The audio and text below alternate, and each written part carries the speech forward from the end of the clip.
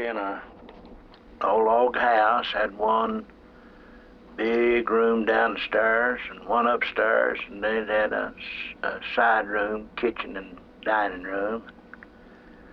All of us was at home at that time, and the baby girl wasn't born yet, but soon she was born, and then my brother was older, and my daddy and granddaddy had a sawmill, and my brother and daddy'd work at that sawmill, and the rest of us would in school when it was school months, but we'd have to come in and a lot of times dig potatoes in the fall here after school. And when it got colder weather, I remember that number of times I'd have to leave at evening recess and in order to get home in time to get wood and get feed in for the livestock. And I remember that my mother would always bake a big pan of sweet potatoes for dinner and have a lot left for supper. And I'm sure you know how hungry a person can get going to school or fishing. And when I'd get home of the evening, I'd be starved, and I'd get a smaller sweet potato and eat it right away. Then I'd get me a bigger one, and I remember I'd lay it up in the crack of the old log house, and I'd cut a few sticks of wood and then go get a few bites of potato. And that's the way that I'd make it through until supper time. And I remember my daddy get in kind of late, and Mother'd always try to have supper when he'd get there. And we had a field of corn over where that he had to come by. It wasn't a county road, it was just a passway through the fields, but he could drive a wagon. And so we had pulled blade fodder and top fodder.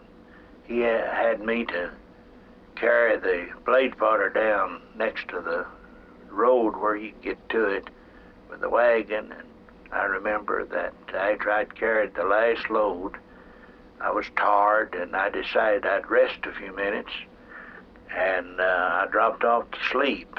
And evidently it wasn't too long till he come along, but I remember it kind of frightened him when he was loading that fodder on his wagon and dug in to me. And he didn't whip me or anything. It's kind of frightened him, and he was happy that I was just asleep. Many things as we grew up. I remember that in real dry weather, with a few times we had, I guess you'd call it a drought, and there's an old Sulphur Spring. I don't remember over and around the Steelhouse branch, I think they called it them days. I think I could find it if there's a roadway to it. But anyhow, it never did go dry. No matter how dry the weather got, there was always plenty of water.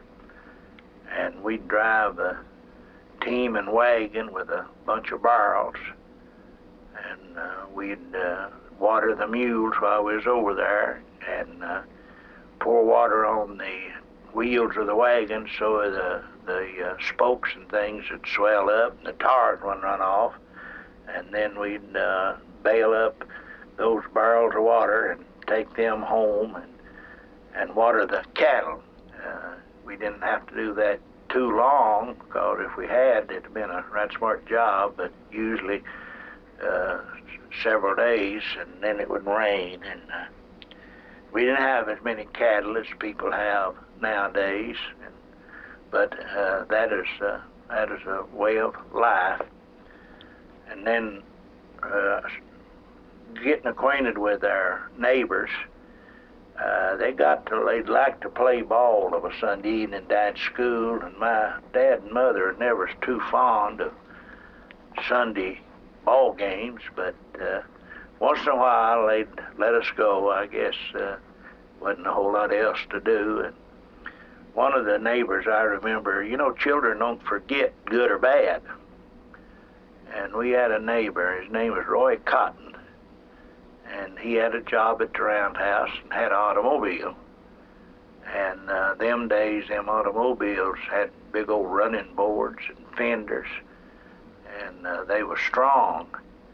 And he'd haul us boys and girls, as long as he'd get one on that old car, at least haul us back. We'd manage to get down there.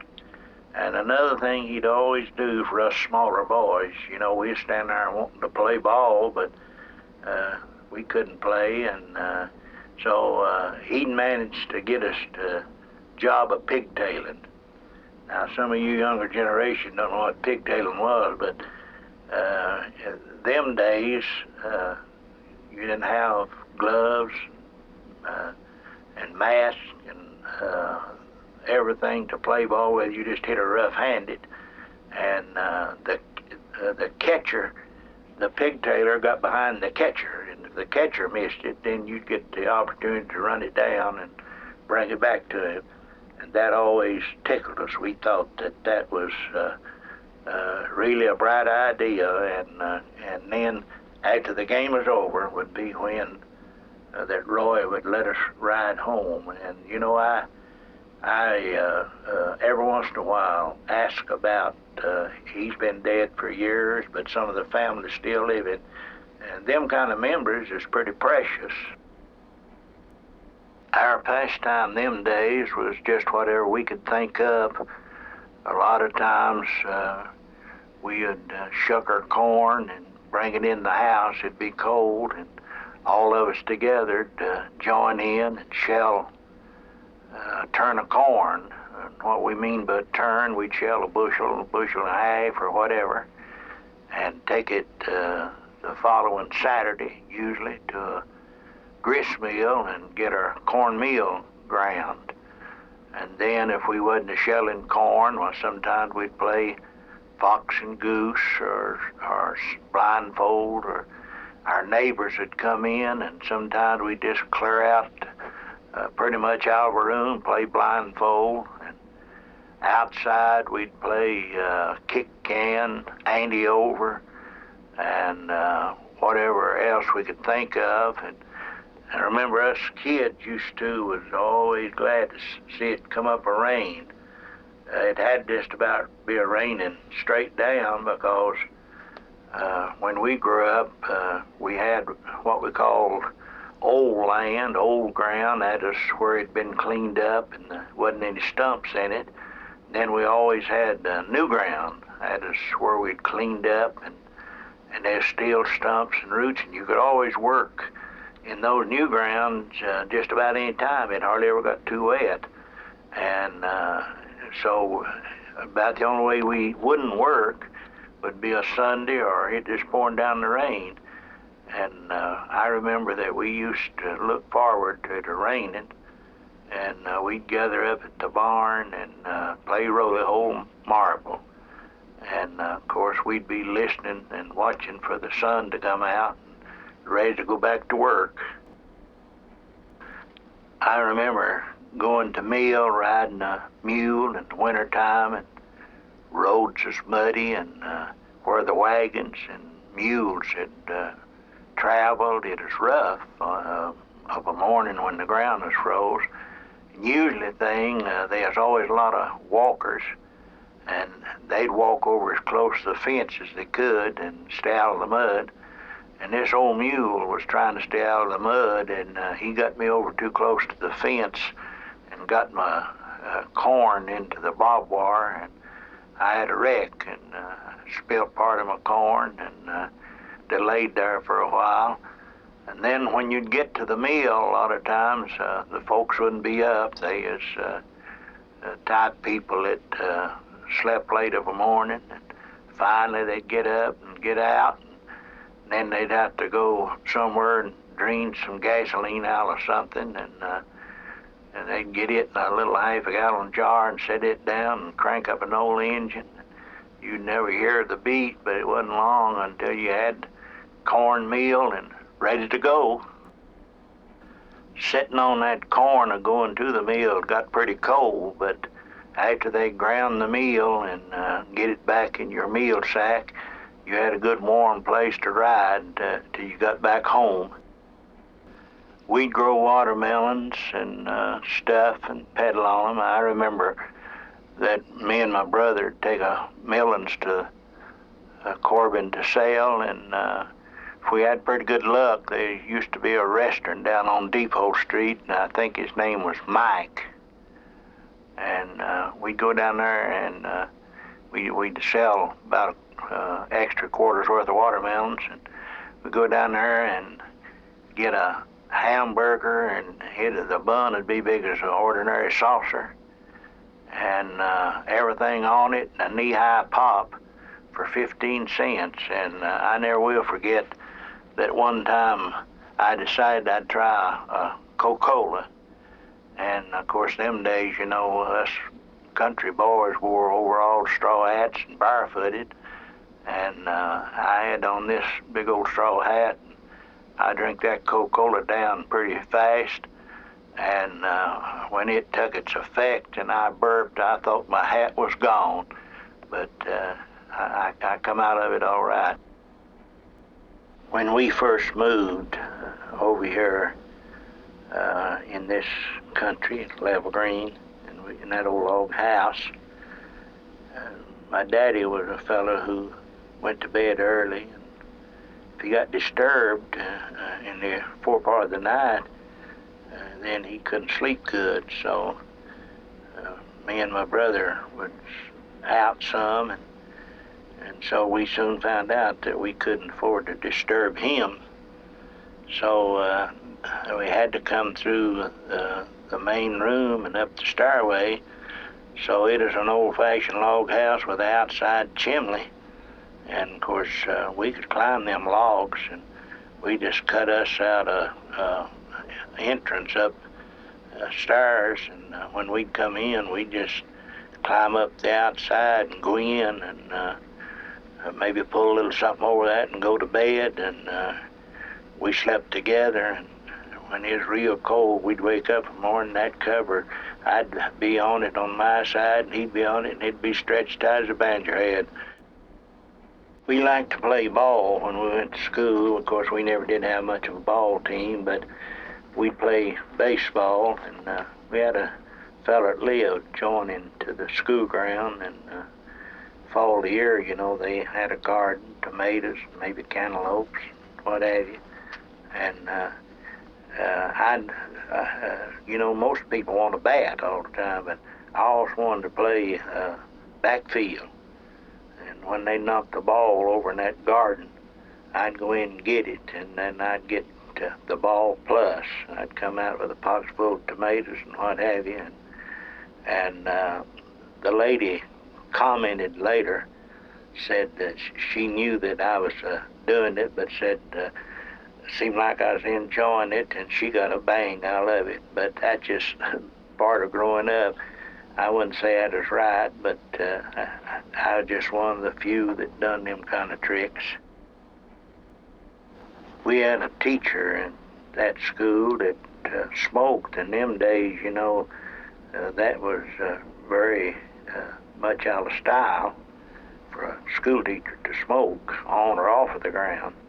But he didn't smoke on the ground, but he'd go off down there on a little spur in the woods and smoke, and we knew that's where he went. And so one day at dinner, one of the neighbors up the other way, close to the school, had a big watermelon patch, and us boys decided we'd go get us a watermelon, and we did, and we got back, and everything was cleared away, and the teacher never did know the difference, but the old neighbor found out we'd been in there, and we was all barefooted, and he saw my track, and he swore to it, and but we denied it, and the teacher held up for us. He said we had never left the school ground, so we won temporary in that case.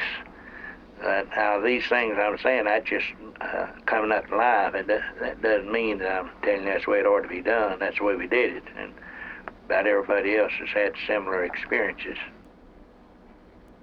I remember that while my younger days going to school, there's one of our neighbors. There's about 4 or 5 boys, 2 or 3 girls, but me and one of the boys could never get along. And this one particular day, though, we wasn't all that mad. We just never could get along, and so we knew that some of the kids was like to tattle. So we was off down in the woods playing, and me and him decided we'd fake a fight because we knew they'd run and tell the teacher. So we got right into it, and we was really having it around and about. And we looked around, and they was gone. We knew they'd gone and tell the teacher. So we slipped back up the edge of the woods and squatted down behind a bunch of bushes. And the old teacher went down through there. Man, he was really stepping them off. And when he went down, run all up and down that creek looking for us. And when he come back, we was sitting inside the school getting our lesson. The teacher used to have us to give a written story, and I never was too good at writing, and so I'd get started, and then I'd run out of much to say or do, and I didn't like to write anyhow, so I'd just wad it up, throw it in the waste paper, and then make me up a story and just tell it as I went. And then when the teacher'd want my paper turned in, I'd say, well, I've done it, throwed it in the waste paper. If I'd have been in this modern age now, I'd have had a different story. I could have told them that I made a plane out of it and sailed it across the room and somebody hijacked it. My mother had a sister that married an old man here in the community. He lost his wife, and the old fella got sick. And naturally, them days, people took care of their own. They tried to help out, and especially folks. So I'd go over and cut wood for him when he was disabled. And he was a hard-working old man, and I wanted to do something for him. But the main reason I went was is they was sick and they needed my help. And then second was that he always kept nearly a new pair of Boss gloves, I'll never forget. And I never did have no bought gloves, maybe knitted or something, and I'd mind to go there and cut that wood just to get to wear them gloves. I remember my daddy one time, we lived in the country and always heated with wood most of the time in an old open fireplace. And he went to snake in a tree, cut down a tree and just gonna snake the whole thing in to make wood. And when he drove the grabs, it was cold, and the horses was fat, and man raring to go, and some way or another they got in a twist, and those grabs pulled out. And boy, when that double tree hit their heels, they took off for the barn, and there's a tree out next to the barn lot gate. You could go on either side, and they didn't. They split the middle. One went one way and one the other. And boy, I'm telling you, it threw them and broke up the harness, cut their mouths. But as far as I know, that broke them from running away. And then one time I remember I'd gone to the store or something. That is a few years later, and we had a big mule.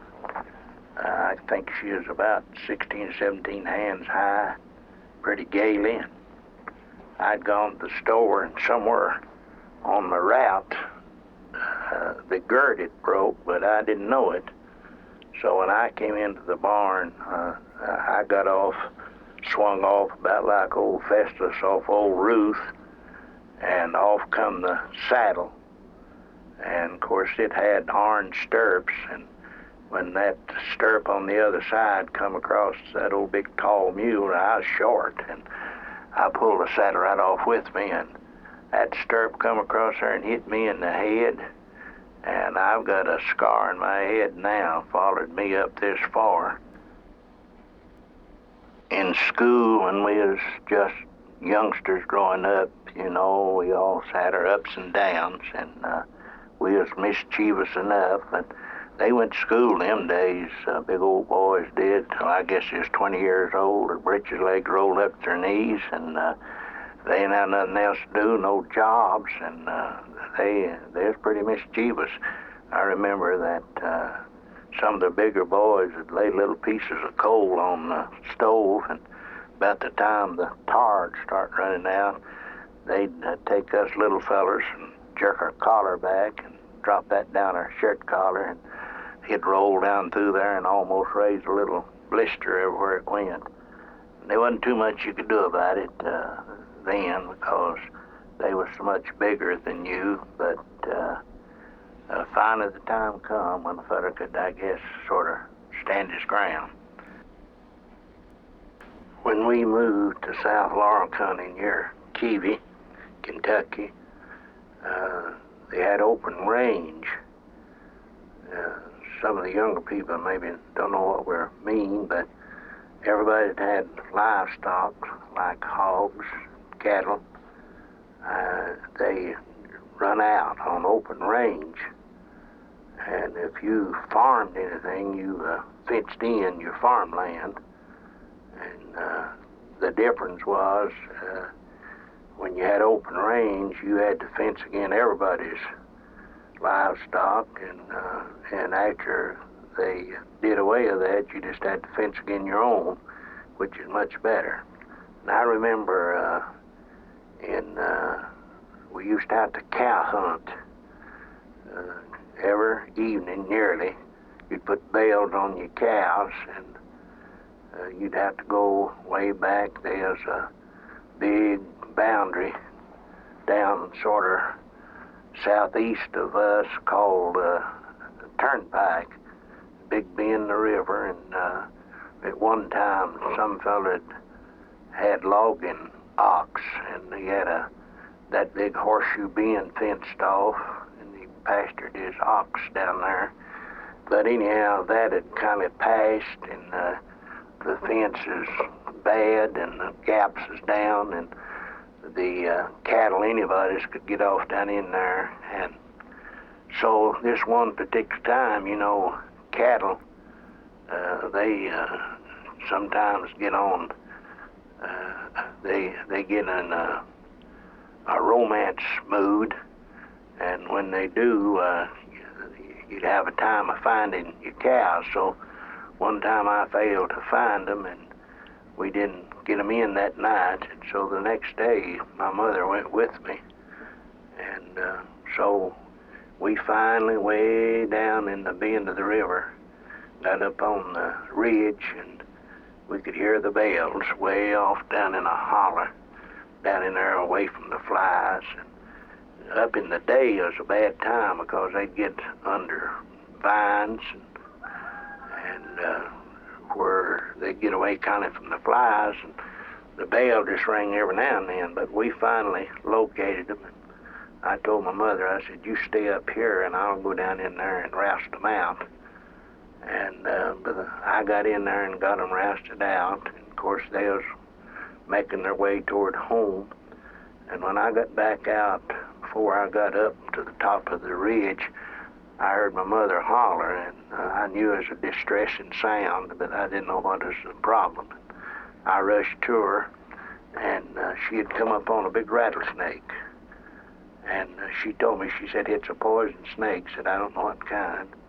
And I was just small, and I didn't have anything to kill it with, and I was afraid to get away. So I got out there and dragged one of them old drawbars. I think it was a 2x6, maybe, heavy. And I got it out there and got it up on that snake, and then got out somewhere and broke me a stick out of a tree lap, and I beat that snake to death. And then I took it home, and it either had 9 or 13 rattlers, I forget. It's been a long time. And That's the first and last rattlesnake that I ever killed. And I also remember long in the late 20s, I'm not sure about whether it's 28, 29, but in the late 20s it come a snow that at the least out in any of our fields that you'd call level, it'd be 22 inches, that, and if it drifted, it was way more than that. And I remember that we had our yard, people used to do that, had it paled in. They'd call it picket fence now. And the paling was about 36 inches, I expect. And the railing that you nailed them to was about 6 inches cut to the top. And the porch was about 30 inches off the ground, the front porch of the house. And I remember when we walked out that next morning, that there it was, looked like that fence had sunk about 6 or 8 inches. It's sticking up, and you just step off on the snow if you wanted to, because it is up almost, but it's drifted a little in the yard. And I remember we had a big old brown part cur dog, and when he went to the barn or came from the barn, he'd jump in that snow, and he'd go plumb out of sight, but then you'd see him come back out.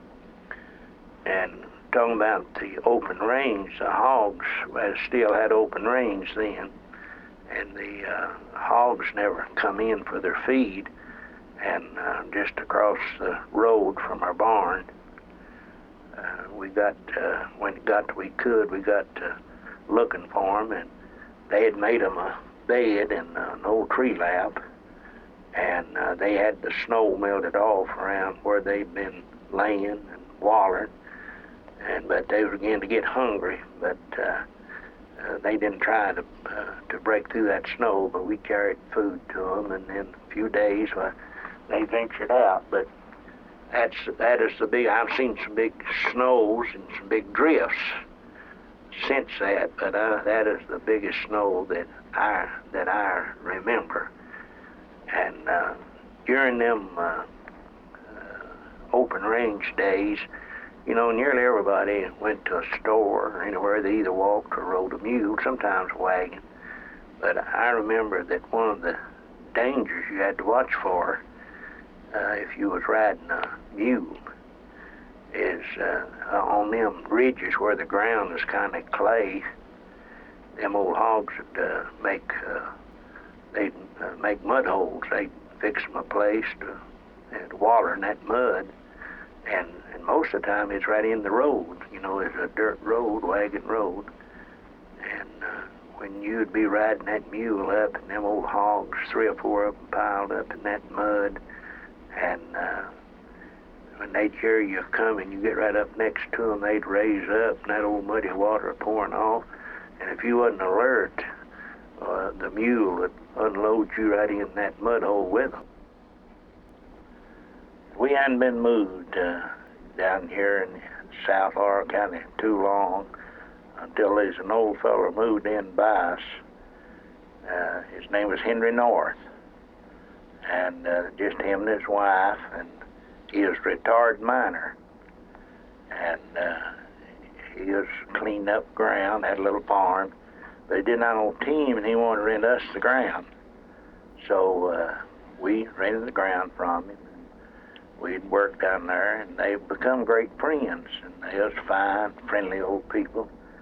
And I remember at noon, we'd come in for dinner, and they had one of the finest springs they carried water from as ever was. It was good and cold, and of course we'd come in to where we could have a place to feed our team and get under a shade and eat and go to that spring and get us a bucket of good fresh water.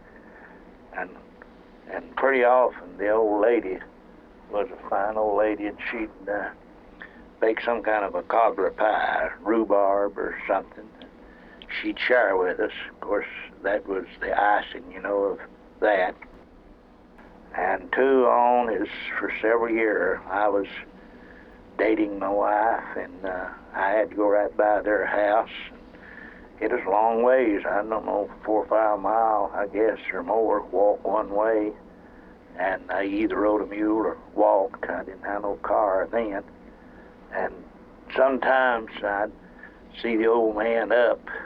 They'd still have a little light when I'd be coming back. And I'd holler at them. They'd invite me over, and I'd go over and stay the rest of the night. And I never forget that up in the morning, I'd be asleep. I'd never hear him get up. But then, finally and eventually, I would hear him singing. They had cow and corn all around the house, and chickens, big old fried chickens running around eating that corn, wheat, seeds.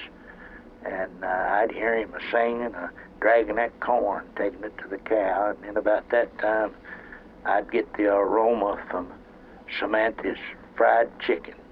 They nearly always kept a chicken killed, and she'd fry that chicken, that homespun chicken, and make them big old kneecap biscuits and that cream gravy, sorghum molasses. And man, this couldn't quit me out too. I'll never forget the old man, and he was a very special friend. I remember then in my early, when I was a boy, in bringing these things together, I just started doing as I think about them.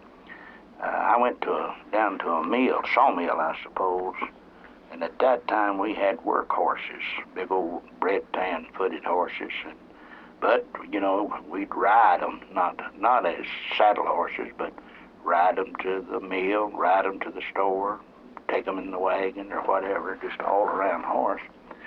And I've always been kind of a fellow that I just about try anything, in a way. I wasn't too adventurous, but anyhow, one of my school buddies was somewhere or another, we got together, and he was on a horse.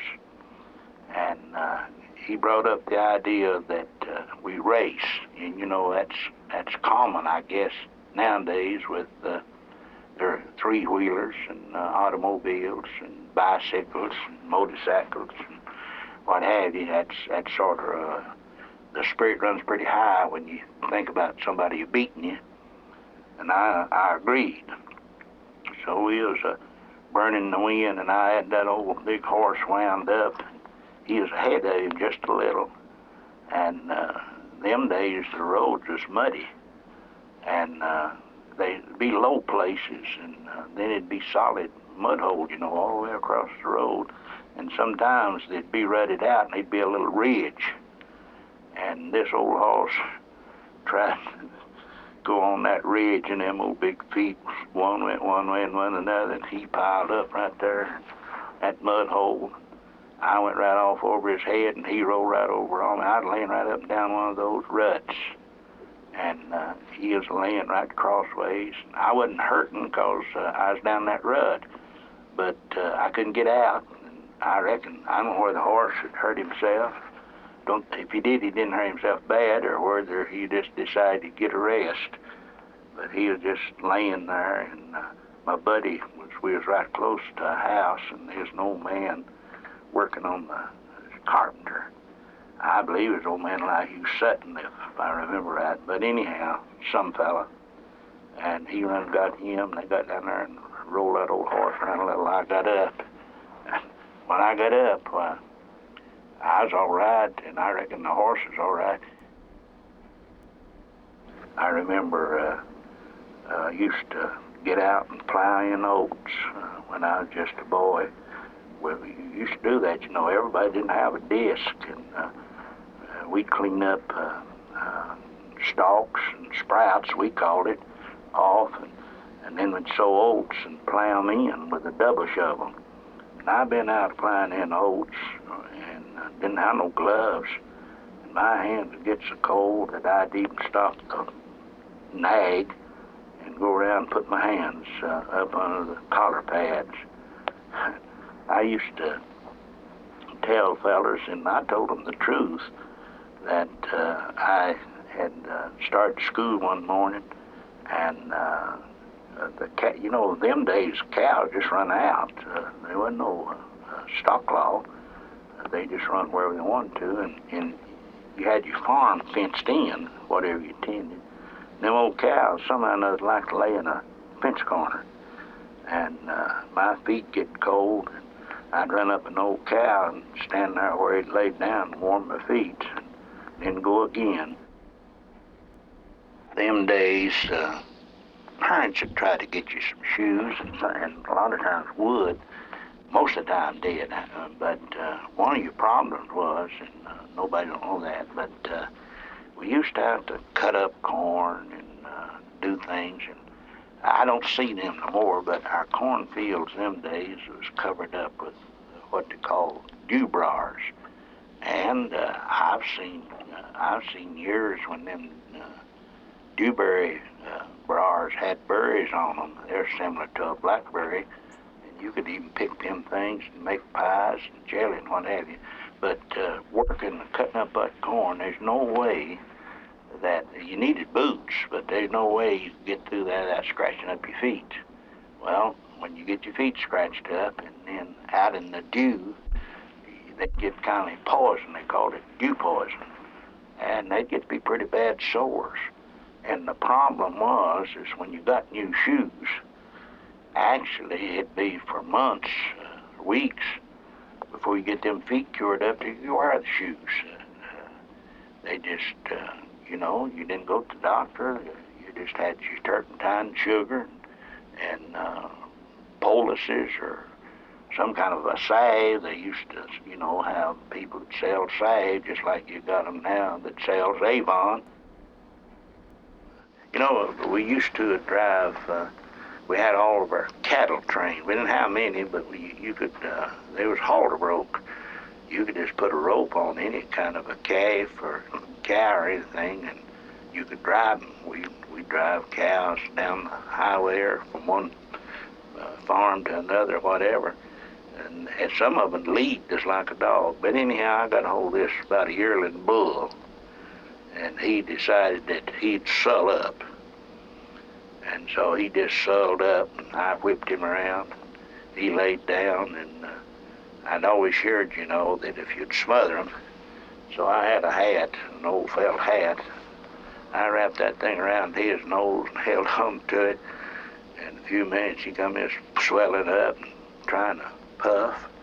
And when he did, he like run over me coming out of there. He come out of there. Used to when you're going from church to church or school to school or from home to school, there's a lot of times a walkway across, not a wagon road or something, but sometimes it could be a bridle path, but there's a walkway, and we was going someplace. We was also going someplace, and there's cattle in this field. Great big, I guess, year and a half old bull. My brother-in-law, he wasn't my brother-in-law as I say then, but later he said, I'd ride that thing if we could catch him. Well, naturally I wanted to see him ride him. And we kept easing him around and got him in a thicket. And I nabbed him right by the ears. So I held him, and he got up on his back, and he said, now reach me his tail. I gave him his tail, and he was kind of a long-legged fella, and he stuck them toes right around under his front legs, setting up astraddle of him, and I reached his tail. Boys, you never seen the beat of Roy Rogers, and some of them fellas, he was going down through there, but finally he piled him. When we first moved to this country back in 1925, thereafter, pretty soon, we began acquainted with the neighbors, which was scattered. But Locust Grove, see, Mr. Newman run the Keevy post office and store, and the Locust Grove church was on above there, and they had a big cemetery, and it was a big Christian church, even in that day, big for a rural church. And every May, about the fourth Sunday, they had a decoration. And them days, people who wanted to would bring lunch with them, ever how they wanted, big or little. And a bigger part of them walked in or come in wagons or horseback. But there's a car down then. I don't recall any pickup trucks, really. I don't much believe wasn't many pickup trucks. But once in a while somebody had a bigger truck maybe and a flatbed. And anyhow, they'd decorate that morning, and then they'd have their dinner. I've seen it on the tail end of wagons and on trucks. Maybe that could have been a little later. And some on the ground. Actually, they just set a sheet on the ground and set their food down. But after the meal, they'd gather up at the church, and they didn't have them old intercoms and loudspeakers and blast you out. Most of them had a little tuning fork. Some of them just used the piano, and a lot of them didn't even have no piano. They just had the little tuning fork or the little harp. I've seen them peck their head until it's red, they'd move that little slide up and down. But I've never yet heard no better singing. I don't remember all of them, but there's the old Clarks and Hodges and Littrells and Mad Eagle and I don't know, different ones. And maybe and Locust Grove themselves. I don't know where they had a quartet or not, but boy, they'd sing. But that finally, just like everything else, it run its course, and they still have a decoration. And yeah, I guess if people want to take them to lunch, but it's not a wide open thing no more. But that is the point. The point I'm fixing to make. My daddy is always a law-abiding man. And I remember when we lived down in North Laurel County, that he helped break up moonshine stills. He just sort of had an ankling to do things like that, and he'd do it. So when we came up here, wasn't too many years until they had him out to help resting the battens. They'd get some battens and they'd come get him to help, and so he become to be a deputy, and then later he become to be justice of the peace, and I guess it's the 6th district. But at this particular time, he was deputy or constable or whatever at Locust Grove, and they had a man there. I knew him.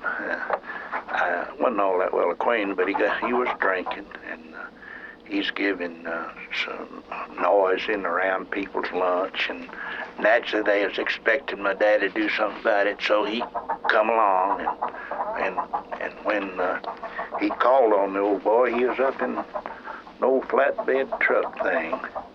Maybe it had a little side on it, about a foot high, and when my daddy, he didn't abuse nobody, but you have to watch these fellas when they're drinking. So he just backed himself up to the cab of that, and my daddy went right on up, and never thought about him, wanted to hurt him, but he drawed them legs right up to his belly, and then he kicked him, and right out over that truck he went. It didn't hurt him other than sprained the leg, and he had a limp when he died over that. And there's some of them old citizens around there, and he told them to get him. And I remember, I don't know how many of them, but Bob Storms and Jim Hale and them fellers, they got a hold of him. But they wouldn't handle him too rough. They could, but they was, being nice. But old man John Walker Arnold, he didn't like the way he'd done, and he didn't like the way he was doing, the way he kicked my daddy. And boys, he nailed him and choking for dear life. They got him off of him. he in a few minutes longer, he'd have fixed it up. But they got him off, and then they got him out and got away with him. And they left me there to watch over him until they called the high sheriff or somebody.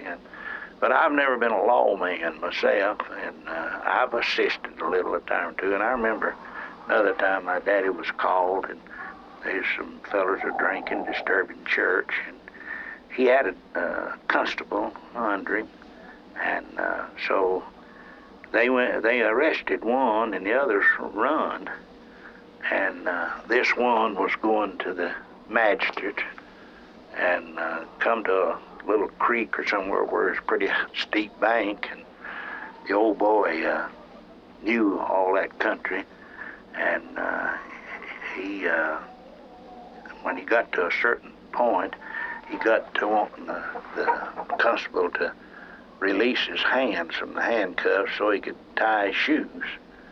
And of course, you know, you don't know when a man wants and when he don't. And I wouldn't be much of a lawman because I couldn't put much trust, even maybe when they needed help. But anyhow, I wasn't the one.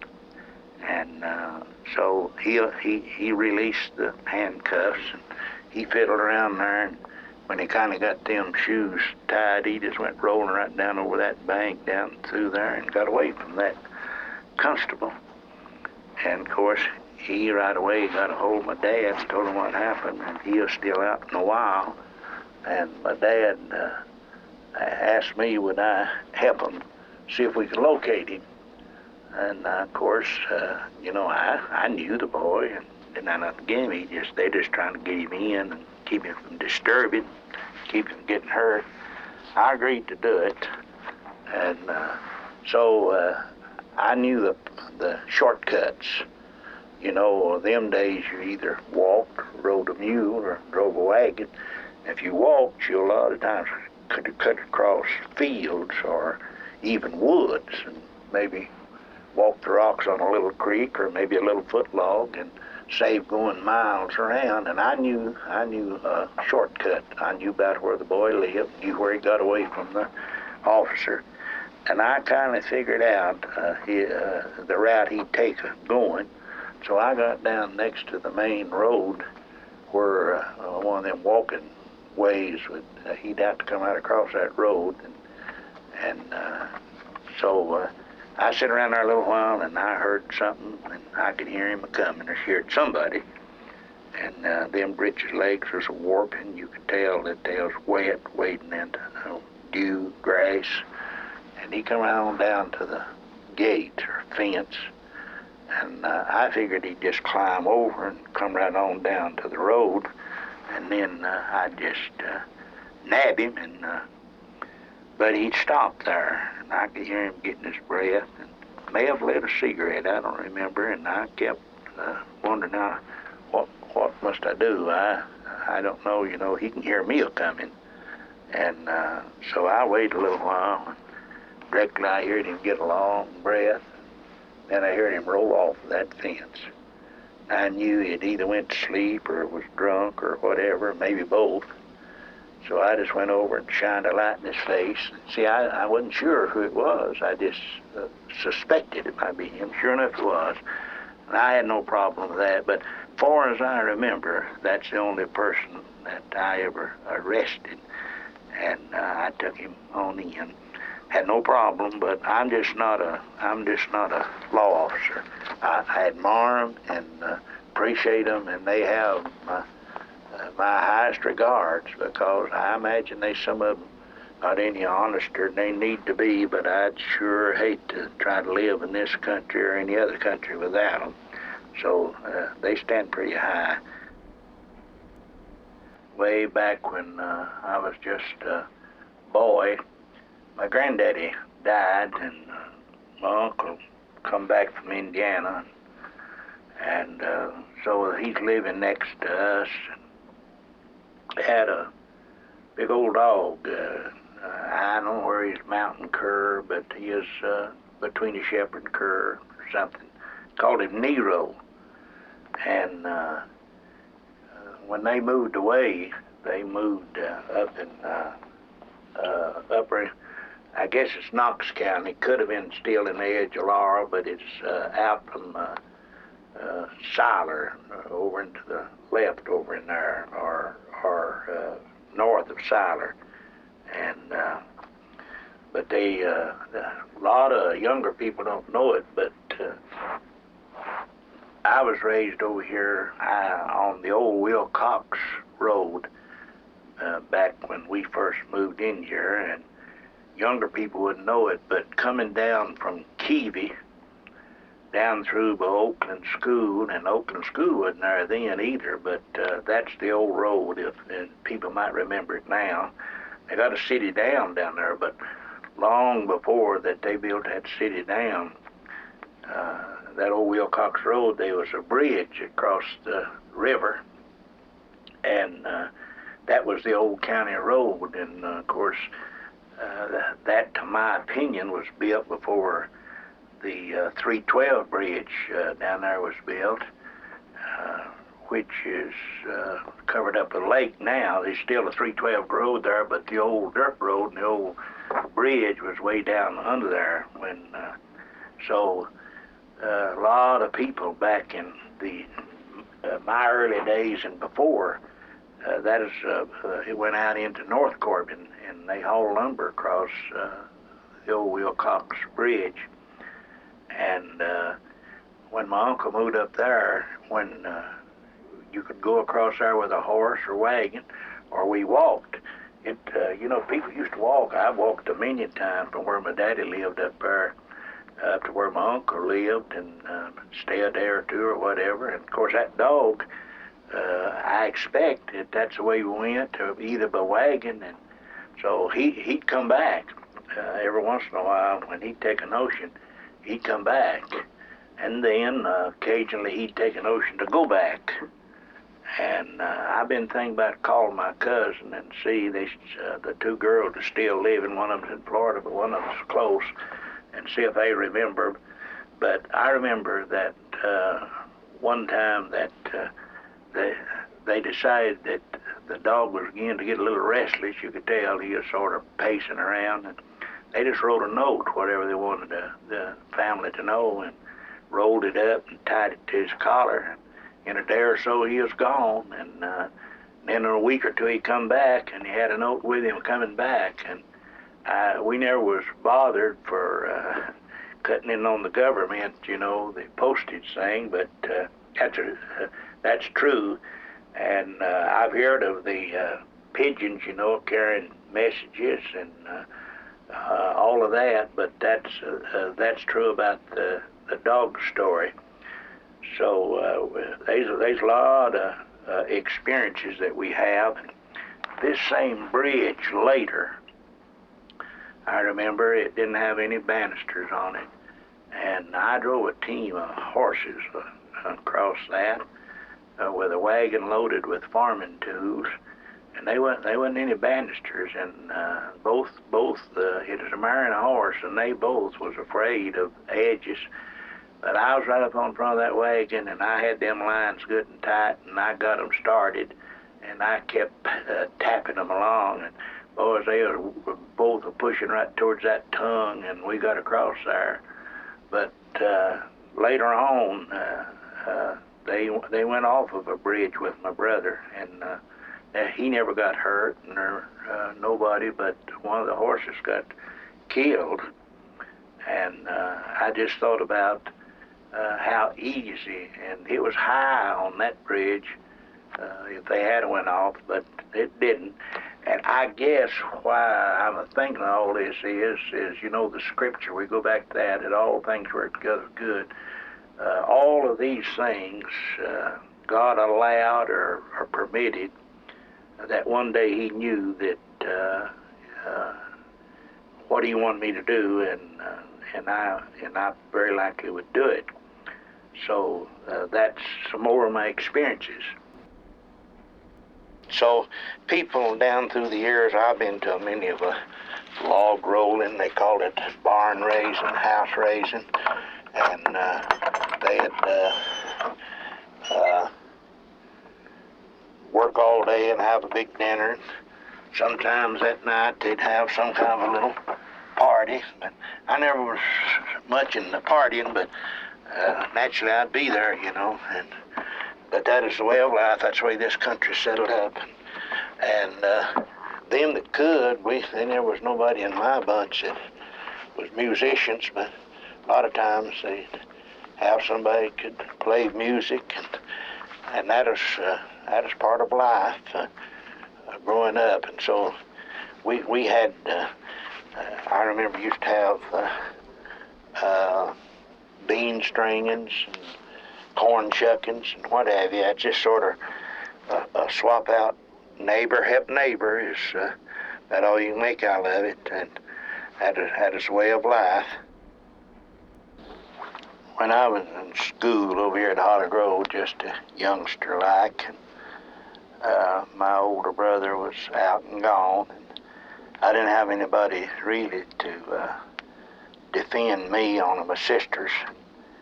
And I expect I was mischievous enough, but if I didn't do something, I might as well have, because they would more or less lay it on me. But me and a friend of mine, Robert Chappell, who's about my age, but he's been dead several years now, but we had a teacher.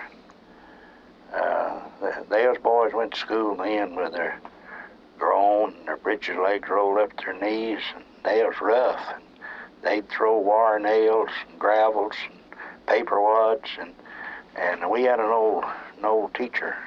I think his name was Brock, good old man. I remember earlier they run a woman off, Mary Floyd, and then later this old man Brock, and he just said he couldn't take it, and they sent down here a young fella. Well, when he come in, he laid the law down, and really, you know, he was untouchable. We better not even look sour at him, that he'd clobber us. In them days they would, you know, they'd whip you with a switch or club or pointing stick, or sometimes even box you with their hand, and that didn't lay too well, because he more or less threatened us. But so me and Robert Chappell got to noticing, and teachers them days wasn't supposed to smoke, and he didn't smoke on the school ground, but he'd go off down the woods down there and smoke, and of course we found that out, and we didn't keep it as a secret, and then he got, I'll not call names, but he got till he was helping the girls with their arithmetic, and got to getting pretty close to them, and we also didn't keep that a secret. So he didn't pay attention much to Robert, but he had it in for me. So one day he didn't like my attitude nohow, so he got a change, and he called me up to whip me, and told me what he'd do to me. And so when he started to hit me, I grabbed his bell. I was standing right by this desk, and I hit him right in the chest with it. And of course I was just a boy, and he was a man. Of course he you know, I won as far as that part is concerned, but I kicked him right in the secrets, and I think I come on here to working him over. But he expelled me from school, which I was in the wrong now. They ain't what I'm saying, but my children then wanted me to give my experience. So I've always been a person who would, in a sense, defend myself. I've been tried more than once on that, and he expelled me, and I went home. And you know, them days, parents wasn't put in jail for brutality or mistreating their children. So my daddy just come in with a load of lumber, and he had a black snake horsewhip, and he really laid the leather to me with that whip. And he told me that next day then, he said, you take the team, and since you were expelled, go get a load of lumber. Well, I wasn't satisfied with how the teacher treated me, and so I went to get the lumber, and the mill was right close to the school. So I parked the team, and I went back up to the school, and full intentions of taking the butt end of that whip and use it on that teacher, just like that, only worse than my dad had used on me. But when I got there, I guess he realized that I meant business, and of course he had the advantage of me, you know, as far as law, and I wasn't thinking a whole lot about that, but he did. And so when he told me, he said, and he said to me, he said, "Now, Graden, I'm going to ask you in a kind way to leave, and because we don't need no more trouble." Well, he made a hit there because he spoke to me kindly, and I realized he was right, and I knew that I'd be into it with the law, you know, and after he had expelled me. So I left one on, and I didn't go back to school no more that year, and that hurt some in my educational process, but went on for years and years, and he finally had to leave the school over some of the very things that we'd been thinking about, but that didn't help me any. And but I saw him years after that, and he told me, he said, "I hear you've made a preacher, and I'd like to hear you preach." And I said, "Well, I'd be glad to preach to you if you'd come." But I don't think he ever had an opportunity. He died early. But the children and others wanted me to just write my history, and that's part of it. And there's some things you're not proud of, but that's a part of life.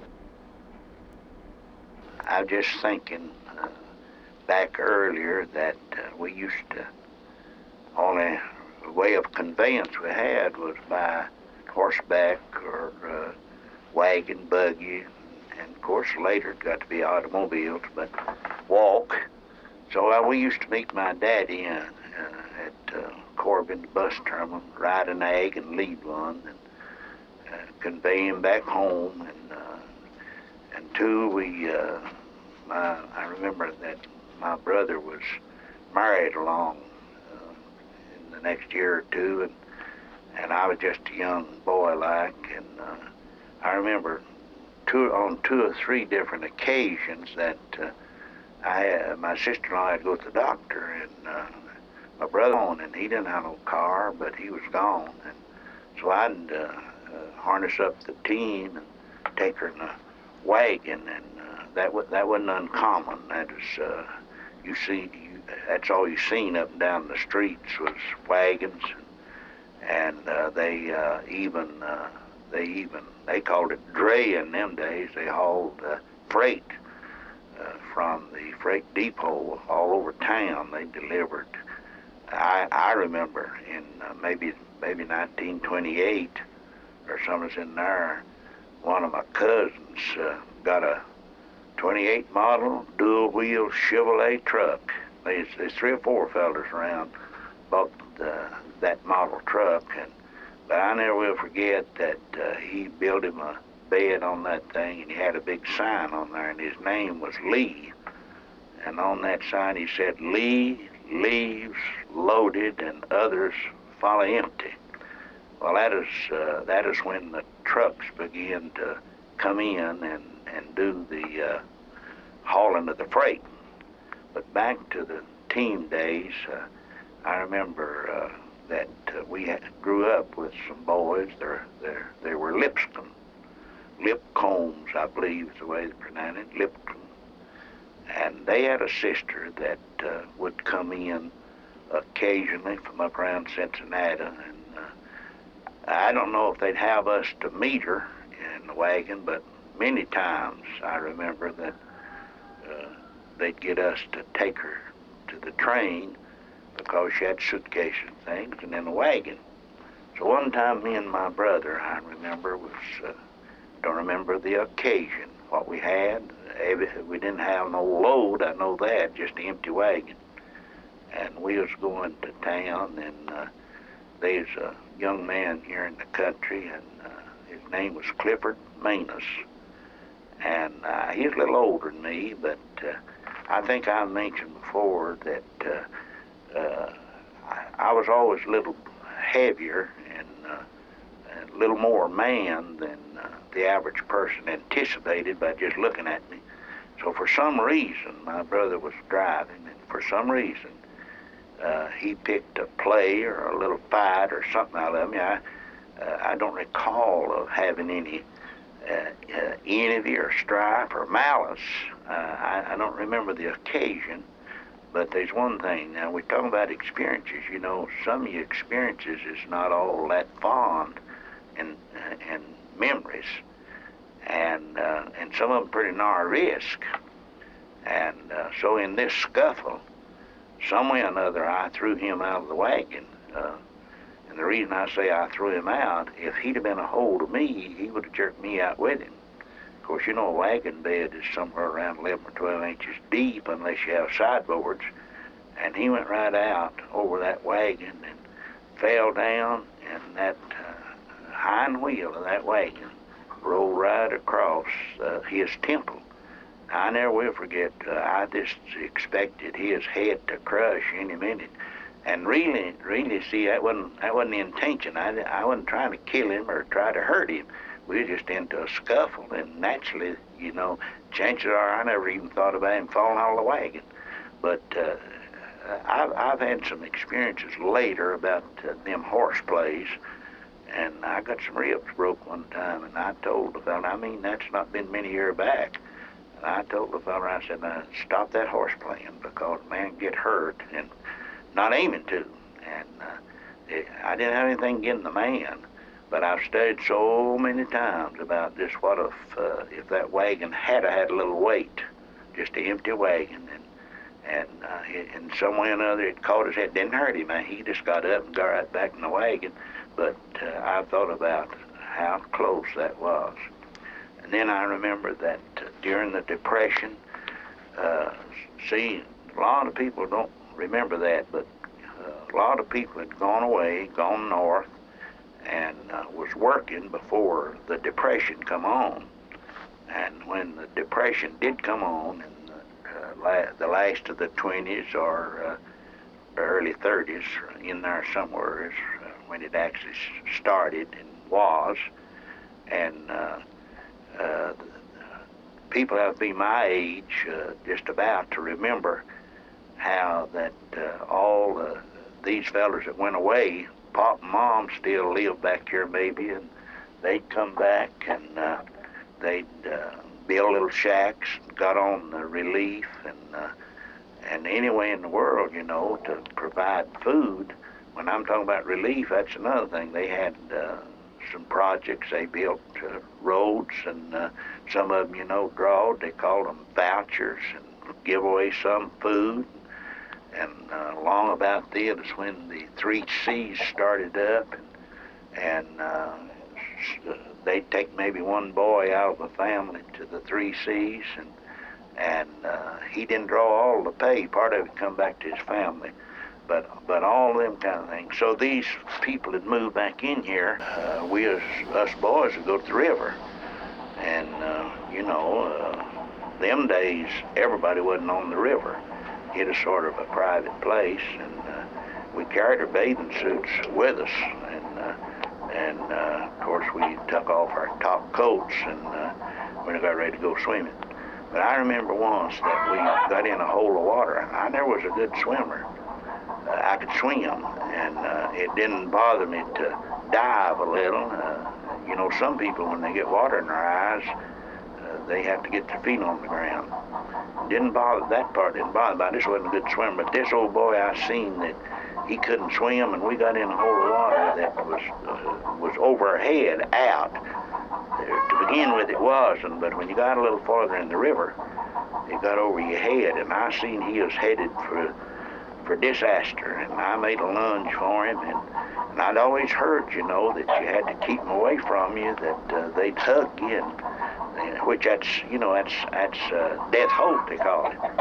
And so I couldn't keep him. I wasn't a good enough swimmer to keep him pushed off of me, and so he locked me in. But I was fortunate enough that that I just, when he locked me, we just went down. And if I hadn't been close enough to the bank, or if I'd have misjudged and went toward the middle of the river, but I remembered my directions, and I drug him out of there, and myself. Back long before I was married, I was working in the mines in Black Star. I still was at home with my parents, and in 1933, you know, we still heavy in that depression was hanging on, and money was scarce, times was hard, and we didn't make much. But I remember that Jim Lovett and his wife Effie, they had a grocery store, and they was fine people, and nearly everybody them days that now earlier old farmers would buy $25 to $50 worth of groceries through the summer, and then wouldn't pay till that fall. But they had got away from that and got up to 2 weeks or monthly thing. They could run what they call a credit, had their stuff charged, and the merchants would had some kind of a little pad book and carbon copy, and whenever they'd write out what you got, they'd give you a ticket, and they'd keep one, and if you paid every 2 weeks, you'd bring them tickets in, and that's supposed to keep a record. And Jim Lovett's had a store up there in West Corbin Hill, and my daddy lived over here close to the bait bucket, not far there. And none of them roads in there wasn't there then. And Gibbs and Eaton's got a store down on Fifth Street, been there for years, and I knew them as little fellas, and don't know their names yet, but I seen them grow up, know their families, and knew Gibbs's daddy, and he worked there at Lovett's store.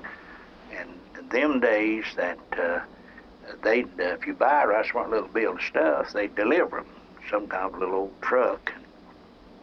So this Gibb boy told me a year or two ago, he said, I remember when you used to work in the mines, and he said, I'd be tickled to death to see you come by there and buy a bill of groceries, and I'd get to take you home and haul them groceries. And so that was customary.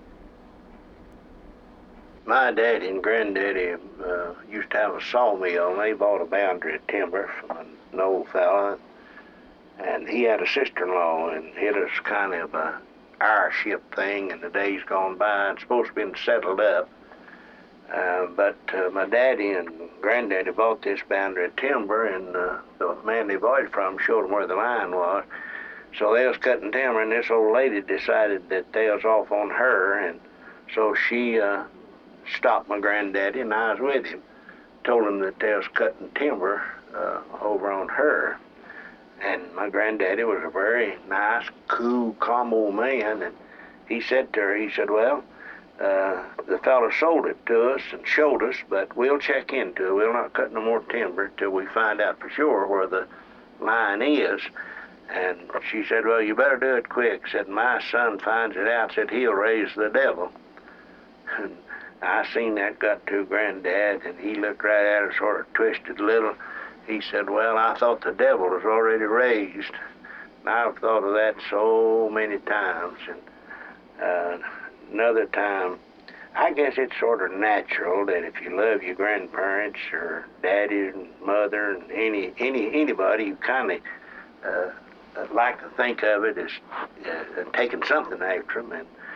And my granddaddy was a good old fella and calm till you got his temper up, and then he's pretty rough in a way. And he had a young fella snaking logs with a mule, and this mule was like a lot of people. He was sort of high-strung and good work mule, but you had to handle him, you know. You couldn't run over him.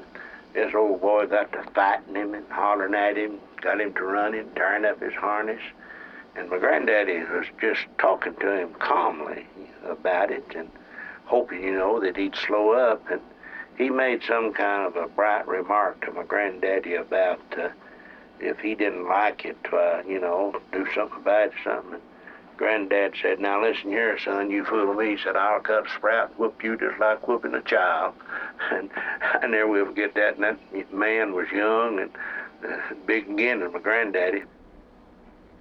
My grandmother, she could fix some of the finest sweet potatoes. You don't see nobody fix them that way no more. Some way or another, she just peel them, and she might, if they's bigger, slice them maybe 2 ways, quarter them. And but she had some kind of a thick, like kind of like a gravy, only it was vanilla, or maybe a little cinnamon or something in it. And boy, they was good. But anything your grandma fixed, them days. She really wasn't my grandma, but that was the only grandma I knew. My real grandmother died when my daddy was just a boy, and my real grandmother on my mother's side died when she was just a little girl. So I really don't know what a real grandma is, but that was the next best, and we loved her, and she was good to us. My uncle lived up on Brindle Ridge, coming up 4th Street from Corbin, going west up towards what used to be the old hospital. You turn right up a steep hill, and that was called Brindle Ridge. I don't know what it is now, maybe Wallen Street, but I can remember that was mud. Now, I've seen Claude Smith and some of them other fellers that had some good mules back them days. I mean, some dandies. I've seen them just with a right smart little jag of coal, just all they could do to make up that. It is mud. And it is mud right on up where my uncle lived. He lived out 4 or 5 houses up there. But he had a little mule, and seen me like he called him Joe, in a 1-horse wagon. And he was draying.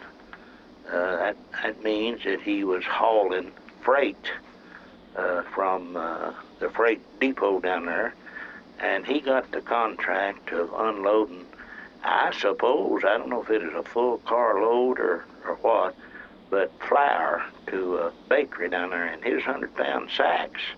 And I remember that, I don't know how many, but we'd put a few 100-pound sacks of that flour on that little wagon and take off and deliver it. And I don't know how long it took us, but we delivered whatever it was, whether it was a ton or surely undoubtedly it wasn't a whole carload, but I know we took us a long time with that one little mule and 1-horse wagon to unload that flour.